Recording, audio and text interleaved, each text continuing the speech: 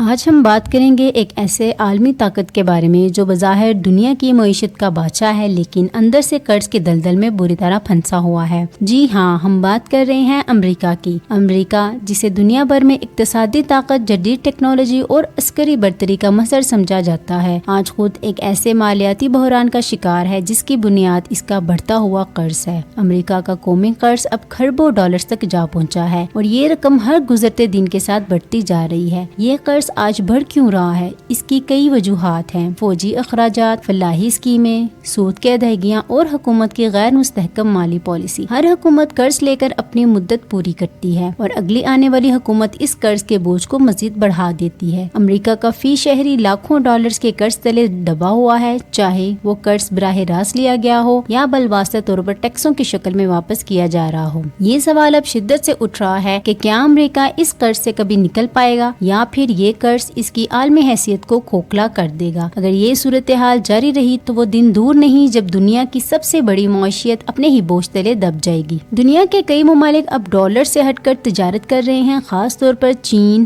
روس، بھارت اور خلیجی ریاستیں۔ اگر ڈالر کی عالمی عزاداری ختم ہوتی ہے تو امریکہ کے لیے قرض لینا مہنگا اور مشکل ہو جائے گا۔ برکس اتحاد نے اپنی کرنسیوں میں تجارت بڑھانے پر زور دیا ہے۔ ریٹیل سیلز، ریل اسٹیٹ اور چھوٹے کاروبار مسلسل دباؤ میں ہیں۔ سود کی شرح بڑھنے سے قرض لینا مہنگا ہو گیا ہے، جس سے کاروباری سرمایہ کاری کم ہو رہی ہے۔ 2023 سے 2024 میں چند امریکی بینک بند ہو چکے ہیں، جیسے Silicon Valley bank. Stock market کبھی بلندی پر تو کبھی شدید گراوٹ کا شکار ہوتی ہے۔ امریکہ دنیا کی سب سے بڑی معیشت ہونے کے باوجود بہت سے ممالک سے قرض لینے پر مجبور ہے۔ امریکہ کا قومی قرض کھربوں ڈالر سے تجاوز کر چکا ہے اور اس کا بڑا حصہ غیر ملکی حکومتوں اور مالیاتی اداروں کے پاس ہے۔ وہ ممالک جن سے امریکہ قرض دار ہے، اس میں ہے جاپان 1.13 ٹریلین ڈالرز۔ امریکہ کا سب سے بڑا غیر ملکی قرض دہندہ ہے۔ جاپان امریکہ کے حکومتی بانڈز میں سرمایہ کاری کرتا ہے تاکہ اپنی کرنسی کو مستحکم رکھے۔ اس کے بعد ہے برطانیہ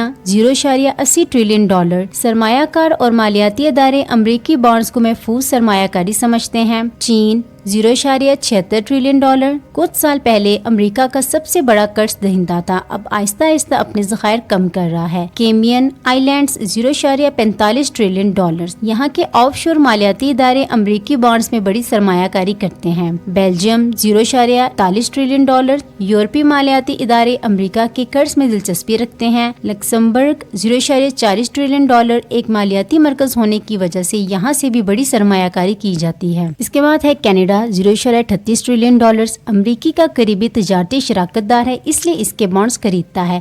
سوئٹزرلینڈ 0.31 ٹریلین ڈالر۔ یہاں کے بینک امریکی بانڈز کو محفوظ سرمایہ کاری سمجھتے ہیں۔ Ireland 0.28 trillion dollar. یورپی مالیاتی ادارے امریکی مارکیٹ میں سرمایہ لگاتے ہیں۔ Bharat 0.24 trillion dollar. بھارت نے بھی حالیہ برسوں میں امریکی خزانے میں سرمایہ بڑھایا ہے۔ اس کے بعد دیگر ممالک جن میں روس ہے، ماضی میں بڑا قرض دہندہ تھا، اب تقریباً مکمل طور پر امریکی بانڈز بیچ چکا ہے۔ برازیل، جنوبی کوریا، سعودی عرب، جرمنی، سنگاپور، ناروے، تائیوان، متحدہ عرب امارات کی تمام ممالک بھی مختلف سطحوں پر امریکی حکومتی بانڈز خریدتے ہیں۔ امریکہ ان ممالک سے قرض کیوں لیتا ہے؟ مالیاتی اخراجات پورے کرنے کے لیے، بجٹ خسارے کو مکمل کرنے کے لیے، دفاع، فلاحی اسکیمیں اور قرض پر سود ادا کرنے کے لیے۔ یہ ممالک امریکی بانڈز میں سرمایہ لگاتے ہیں کیونکہ یہ بانڈز محفوظ سرمایہ کاری سمجھے جاتے ہیں۔ ڈالر اب بھی عالمی کرنسی ہے۔ امریکہ کی معیشت باوجود کمزوریوں کے اب بھی مضبوط اور پر اعتماد سمجھی جاتی ہے۔ یہ قرض ٹریجری بانڈز کی شکل میں ہوتا ہے اور امریکہ انہیں فروخت کر کے پیسہ حاصل کرتا ہے، جس سے وہ اپنے حکومتی اخراجات پورے کرتا ہے۔